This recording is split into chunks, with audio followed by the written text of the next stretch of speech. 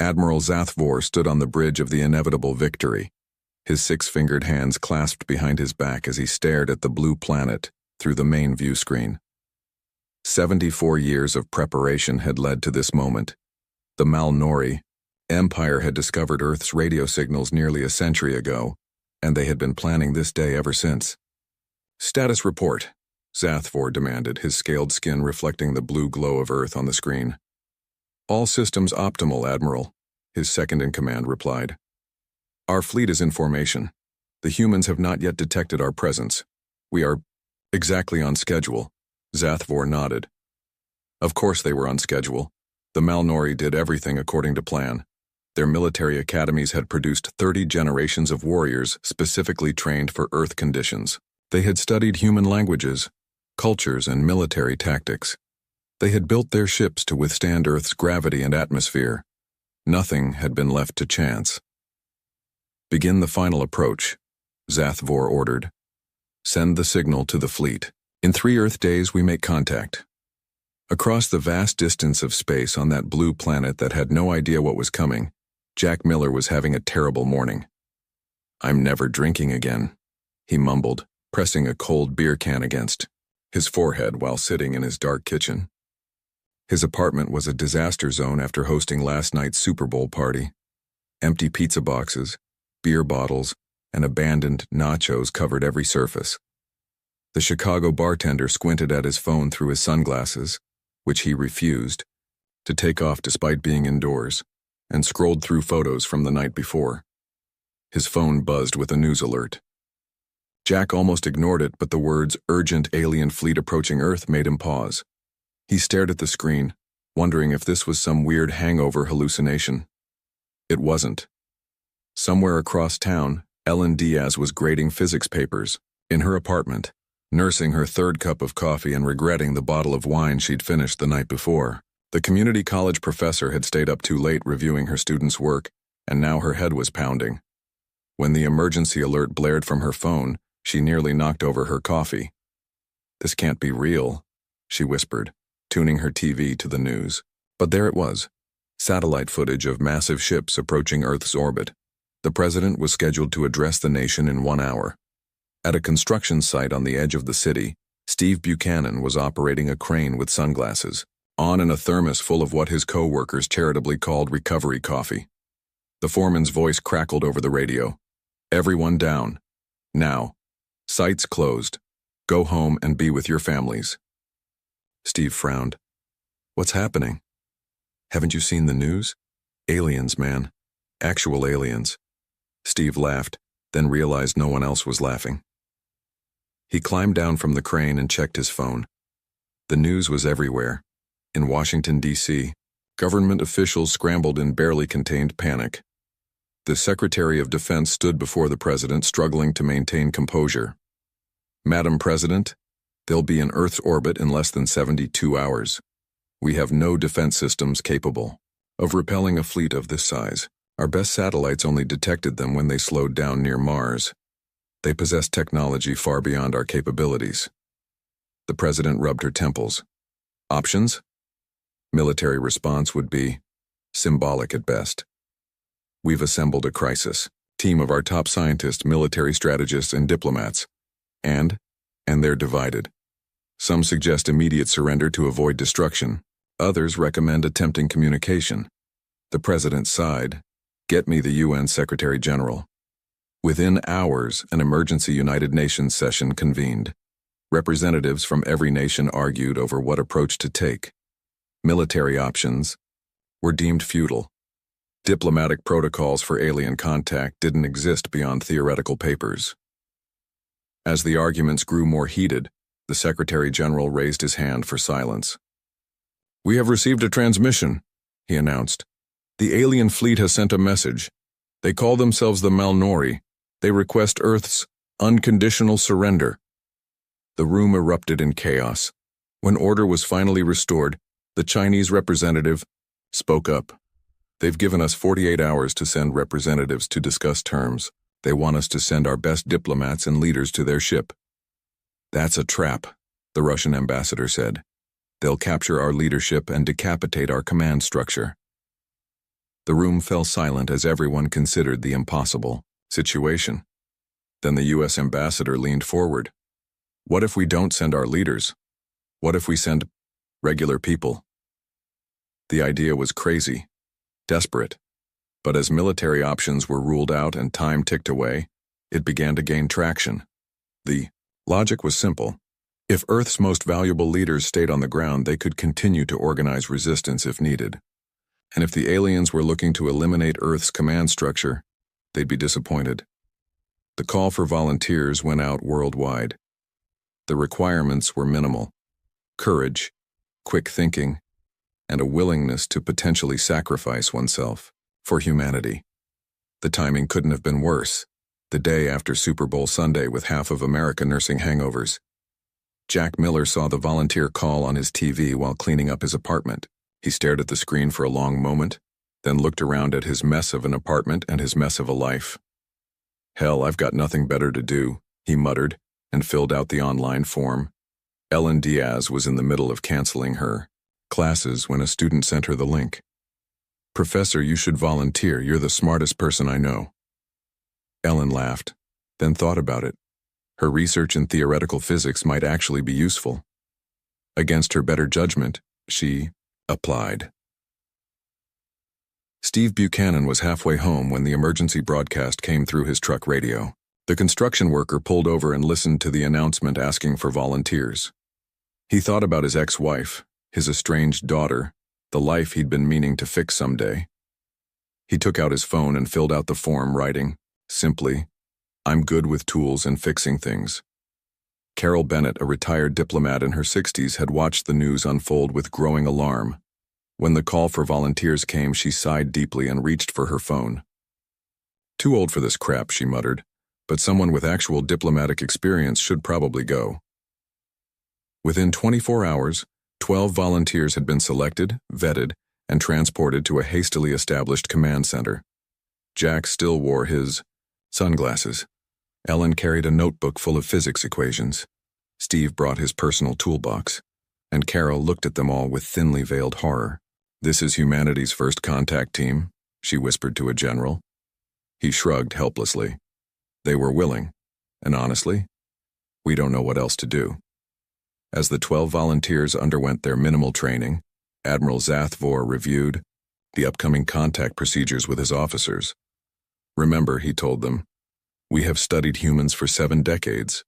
We know their weaknesses, their tendencies, their military formations. Nothing will surprise us." If only he knew. The 12 volunteers sat in uncomfortable silence in the military briefing room. None of them had gotten much sleep. The weight of their impossible mission hung in the air. "So just to be clear," Jack said, still wearing his sunglasses despite the dim lighting, "we're going up there to talk to aliens who can probably destroy our planet, and our job is to—" "What exactly?" Carol Bennett straightened her back, attempting to bring some order to the chaotic group.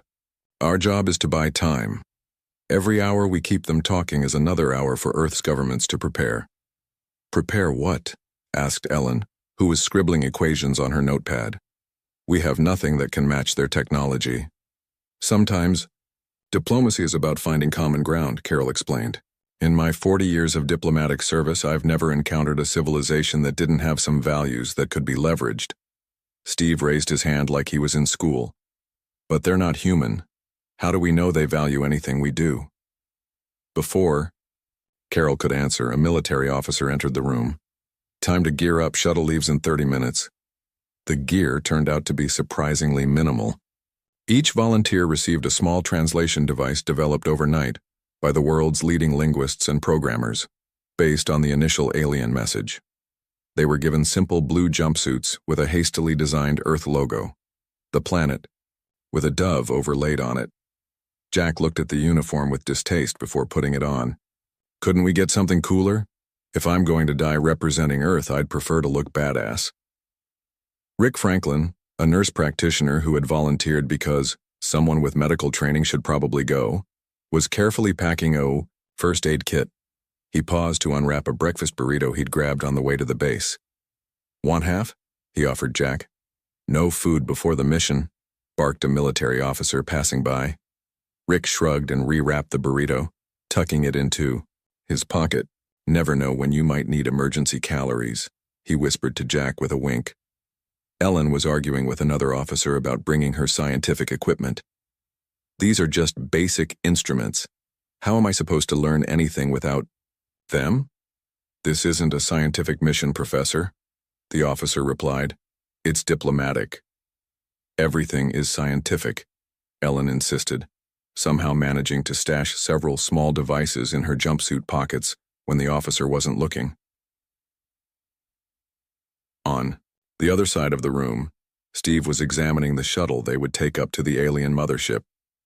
The engineers had explained it was their best guess at a compatible docking mechanism based on scans of the alien vessels. This looks like it was made with duct tape and hope, Steve muttered. It's the best we could do in 12 hours, said the chief engineer defensively. Steve sighed and reached for his toolbox. Mind if I make a few adjustments?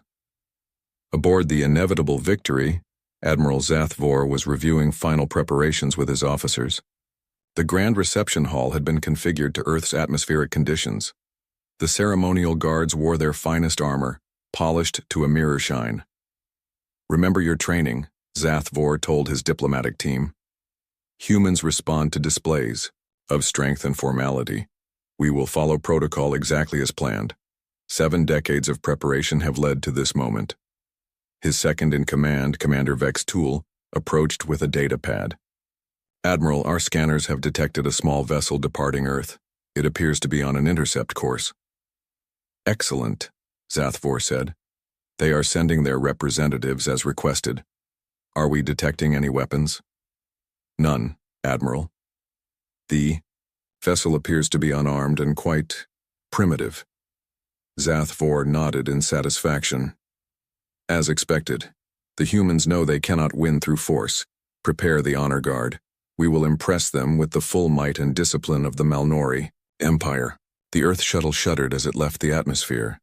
The 12 volunteers were strapped into uncomfortable seats, each lost in their own thoughts about the impossible task ahead. Carol was mentally reviewing everything she knew about first contact protocols, which was entirely theoretical since humans had never encountered aliens before. Jack was fighting his persistent hangover, wishing he had something stronger than the mild painkillers the medical team had provided. Ellen was fiddling with her smuggled scientific instruments, making sure they were calibrated. Steve was eyeing the shuttle's interior with professional concern, noting every loose panel and questionable weld. Does anyone else find it weird that they're letting us dock? Asked Samantha Gray, a freelance journalist who had volunteered because someone should record this for history.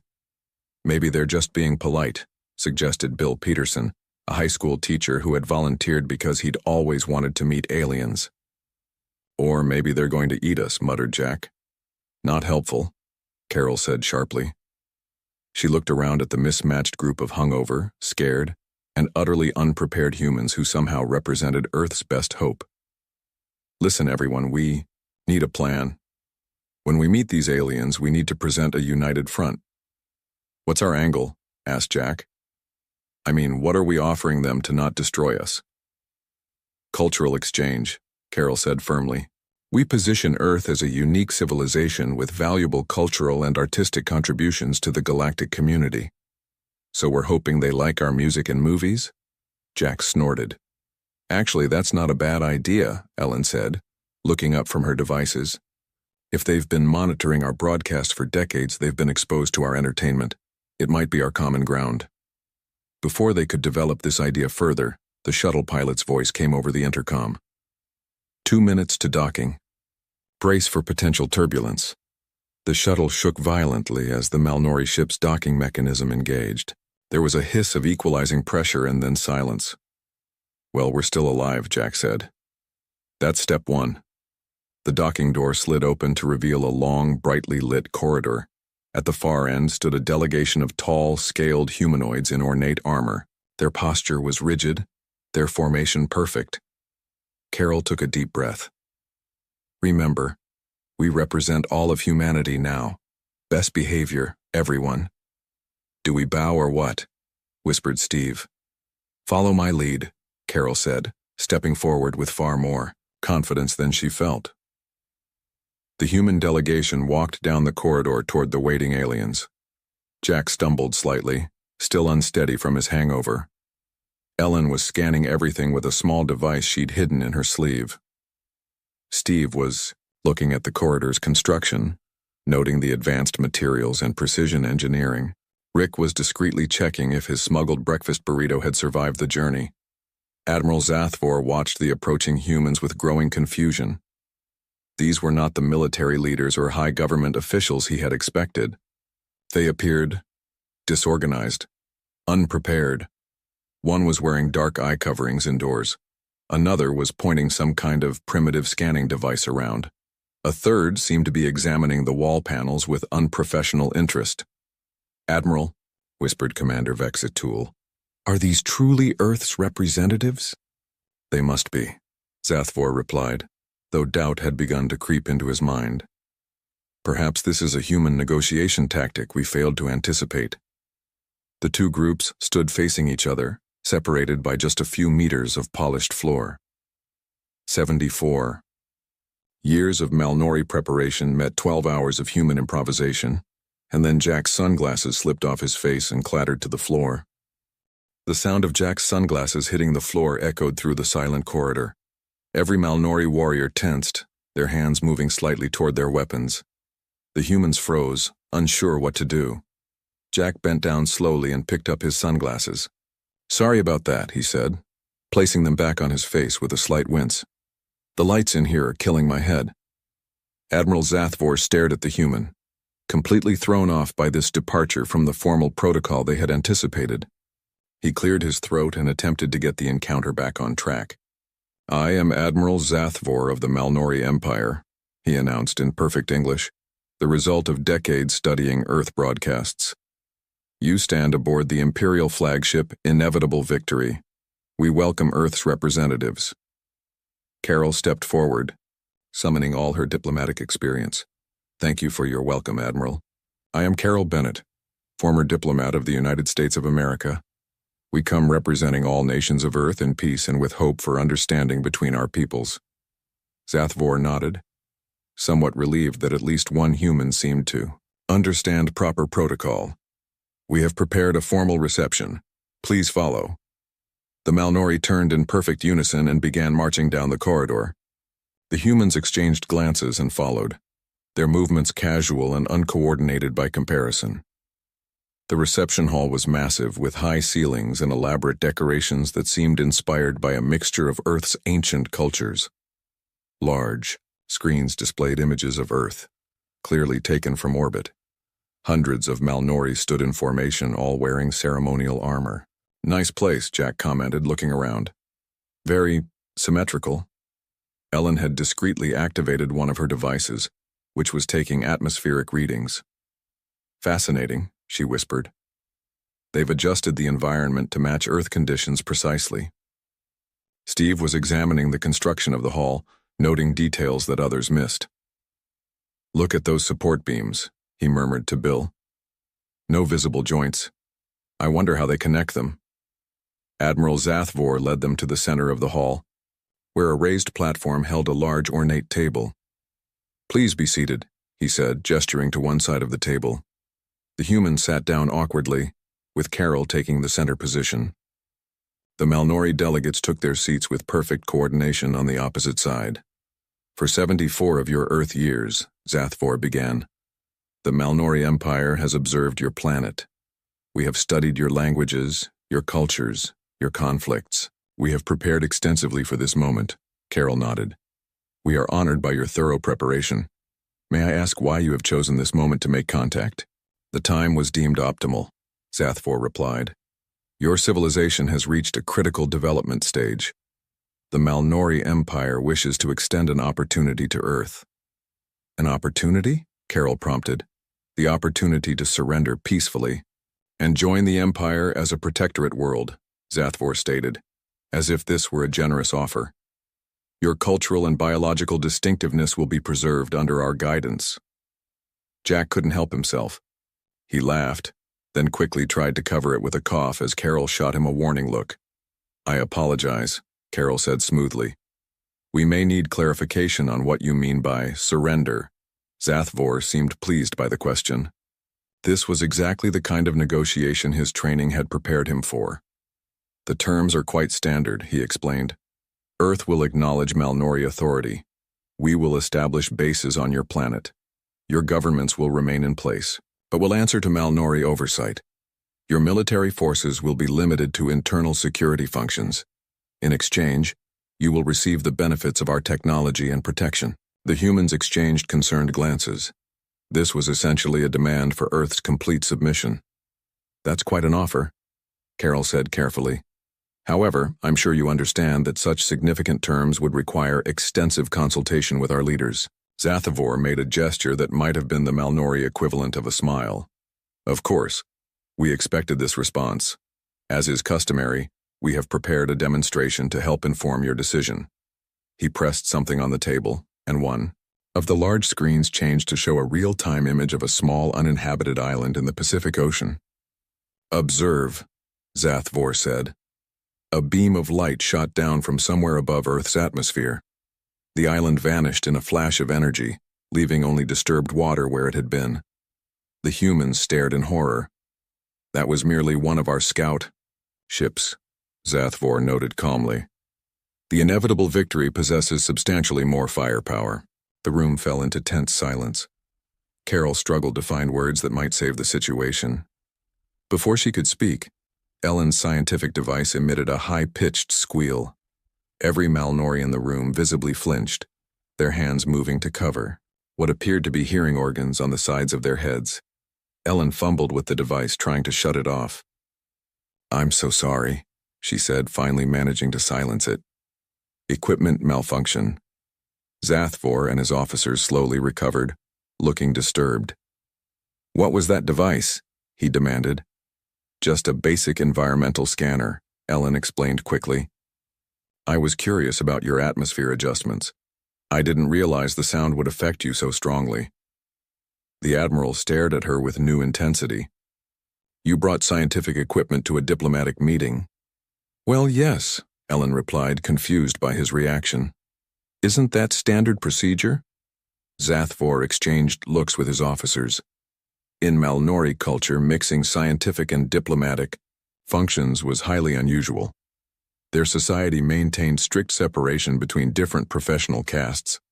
Meanwhile, Steve had noticed a panel on the wall near their table that appeared to be loose. Without thinking, he stood up and walked over to it. "Human, return to your seat," one of the Malnori guards ordered. "Just a sec," Steve said casually. He pulled a small multi-tool from his pocket and began adjusting the panel. "This is loose. Could cause problems with your air circulation system." The Malnori guards looked to Zathvor, clearly uncertain how to respond to this unprecedented behavior. The Admiral was equally confused. Their studies of humans had focused on military tactics and formal diplomatic protocols, not this strange, informal behavior. Rick, seeing the tension rising, decided to try something. He pulled out his half-eaten breakfast burrito and offered it to the nearest Malnori officer. "Hungry? It's pretty good." The officer stared at the offered food in shock. In Malnori culture, sharing food was an intimate gesture reserved for close family units. But curiosity overcame his training, and he cautiously accepted the burrito, sniffing it before taking a small bite. The effect was immediate and unexpected. The officer's eyes widened, and the scales around his face flushed a bright blue color. "Are you okay?" Rick asked, concerned. The officer said something in the Malnori language that didn't translate, his voice sounding oddly relaxed. Zathvor barked an order, and another officer quickly examined the burrito and the affected officer. After a moment, he turned to the Admiral. "Sir, it appears the human food contains compounds that interact with our biology in an unusual way. The effect appears similar to our ceremonial relaxation herbs, but much more potent." Jack leaned over to Carol and whispered, "Did we just accidentally drug an alien with a breakfast burrito?" Carol closed her eyes briefly, wondering how a lifetime of diplomatic training had prepared her for none of this. Admiral Zathvor was having similar thoughts. 74 years of meticulous preparation, and nothing had gone according to plan. These humans were nothing like the formal militaristic representatives they had expected based on Earth's war movies and political broadcasts. "I believe," Zathvor said carefully, "that we should adjourn this initial meeting to allow both sides time for reflection."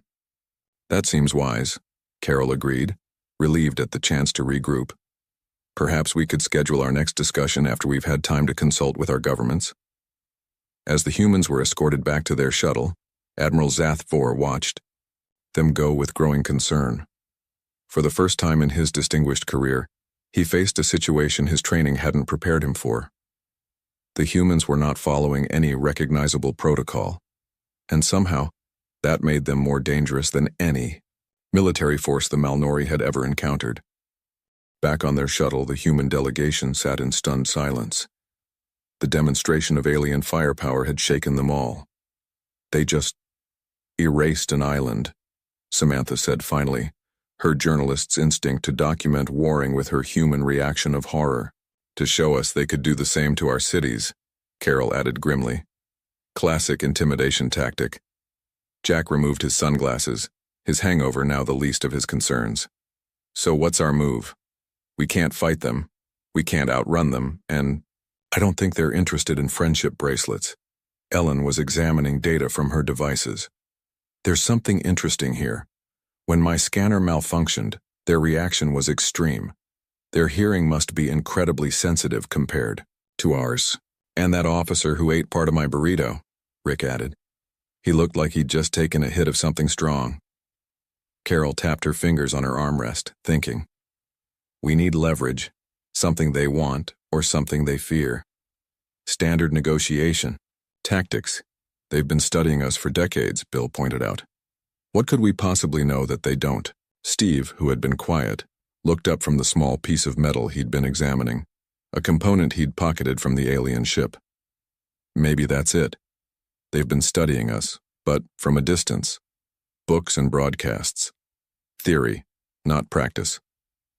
"What are you getting at?" Carol asked. "Think about it," Steve continued.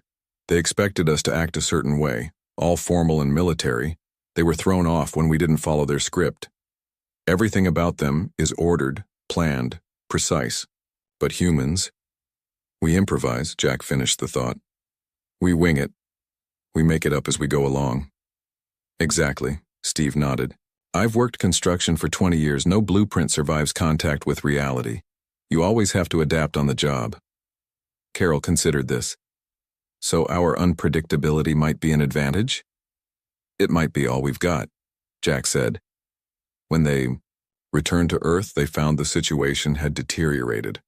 The Malnori demonstration had been detected by Earth's military systems. Panic was spreading. World leaders were divided between those who wanted immediate surrender and those who advocated for a doomed last stand. The 12 volunteers were rushed into a meeting with the UN Security Council. Carol presented their observations and the team's thoughts on potential Malnori weaknesses. "Their society seems highly structured and rule-bound," she explained. "Our informal behavior visibly confused them." "That's hardly a military advantage," the French representative pointed out. "No," Carol agreed, "but it suggests they may be less adaptable than humans, less comfortable with the unexpected." "We need more information," the U.S. president said. "You've been invited back for further negotiations tomorrow. Your mission is to learn anything that might help us." "And if we can't find a weakness?" asked the Russian president. The room fell silent. Everyone knew what the alternative was. The next day, the human delegation returned to the inevitable victory. This time, they had a loose plan. "Remember," Carol told them before they docked, "observe everything, look for reactions, and most importantly, be yourselves." Admiral Zathvor greeted them in the same reception hall, but with a smaller delegation this time. The affected officer who had eaten part of the burrito was noticeably absent. "Welcome back," Zathvor said formally. "I trust you have consulted with your leaders?" "We have," Carol replied. "They have many questions about how a relationship between our worlds might work." "Relationship?" Zathvor seemed surprised by the word choice. "The terms of surrender are not a relationship," They are a decree. On Earth, Carol said carefully, even the most powerful nations negotiate with those they wish to incorporate. The Malnori Empire does not negotiate terms, Zathvor stated firmly. Jack, who had been fidgeting in his seat, spoke up. Then why talk at all? Why not just blow us all up and be done with it? The bluntness of the question clearly startled the Admiral. Such action would be wasteful. Earth has resources. Your species has certain useful traits. Like what? Jack pressed. Zathvor hesitated. Your adaptability is noteworthy. Is that why you've been studying us for so long? Ellen asked.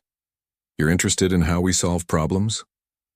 The Malnori study all potential subjects thoroughly, Zathvor replied.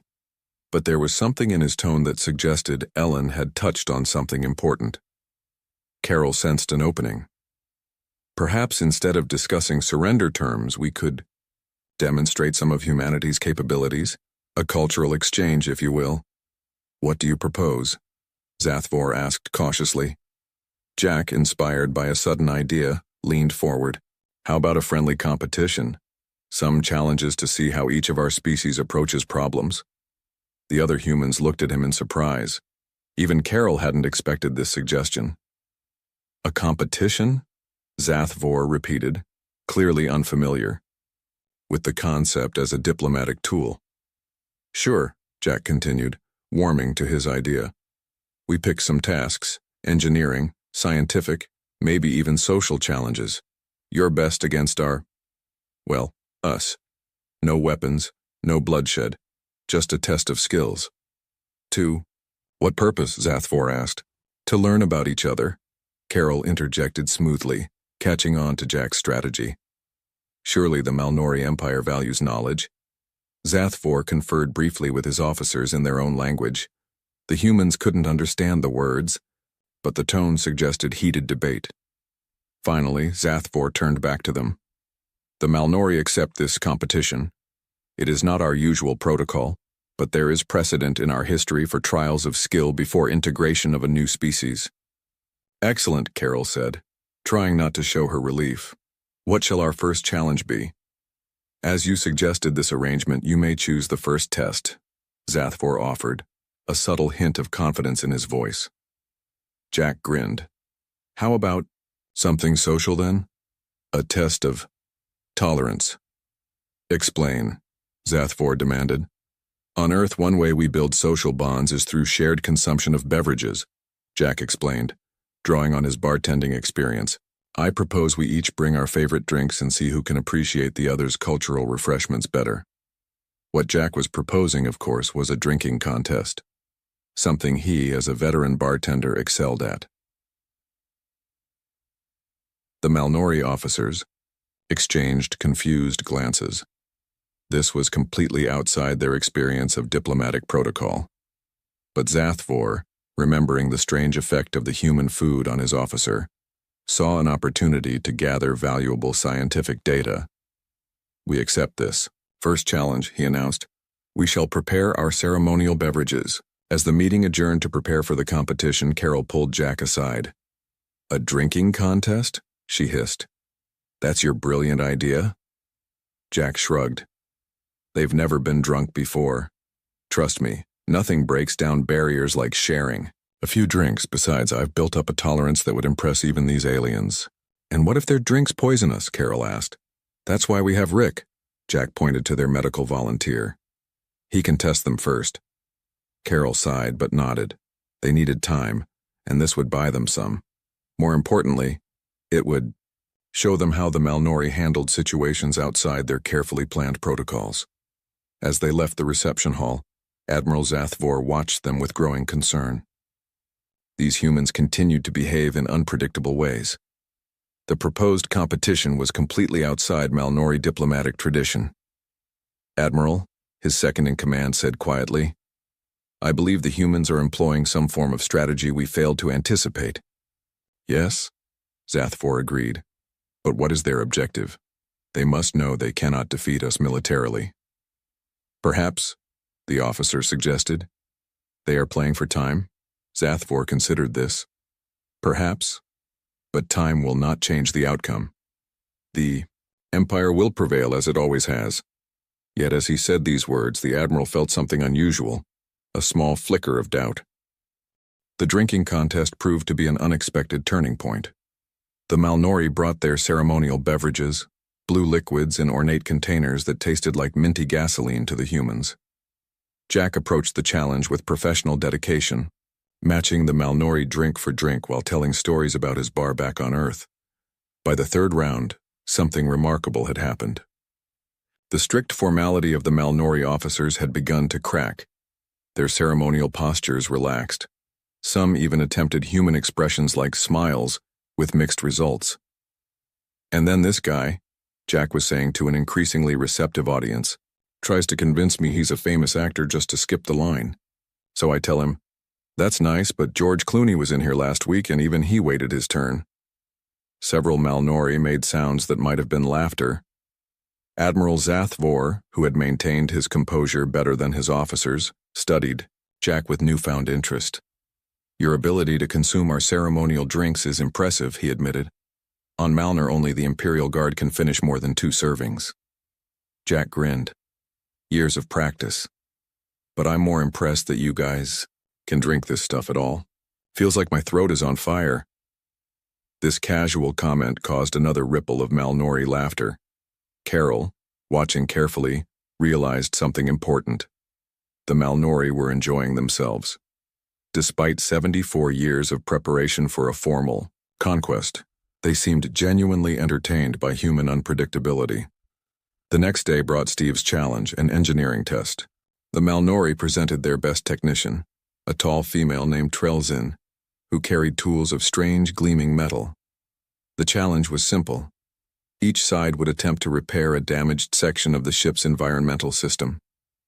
Trelzin approached the task with methodical precision, consulting technical guides and following procedures exactly. Steve, meanwhile, examined the system, scratched his head, and began an unorthodox approach that involved bypassing several components entirely. "What are you doing?" Trelzin asked, genuinely confused. "That is not the correct repair protocol." "Maybe not," Steve replied, hands deep in the machinery. "But it'll work. Sometimes you gotta improvise." Improvise? The concept seemed to disturb her. "But there are established procedures for every possible malfunction. Life doesn't always follow the manual," Steve said with a shrug. "In construction, you learn to work with what you've got, not what the blueprint says you should have." When both finished their repairs, the Malnori technicians tested each solution. Trelzin's repair was perfect, exactly to specifications, but Steve's unconventional approach had somehow improved the system's efficiency by 13%. The Malnori engineers gathered around his repair, taking notes and discussing in rapid, excited tones. Even Trelzin seemed impressed, asking Steve detailed questions about his thinking process. Ellen's scientific challenge came next. She and a Malnori scientist named Korvan were given a strange compound discovered on an asteroid and asked to determine its properties. Korvan used advanced equipment and precise methodologies. Ellen, with her limited human technology, relied on creative experimentation and theoretical insights. When Korvan announced his conclusions, Ellen respectfully pointed out a flaw in his analysis. "If that were true," she explained, "then the reaction we observed when I tried this wouldn't have happened." She demonstrated a simple experiment that proved her point.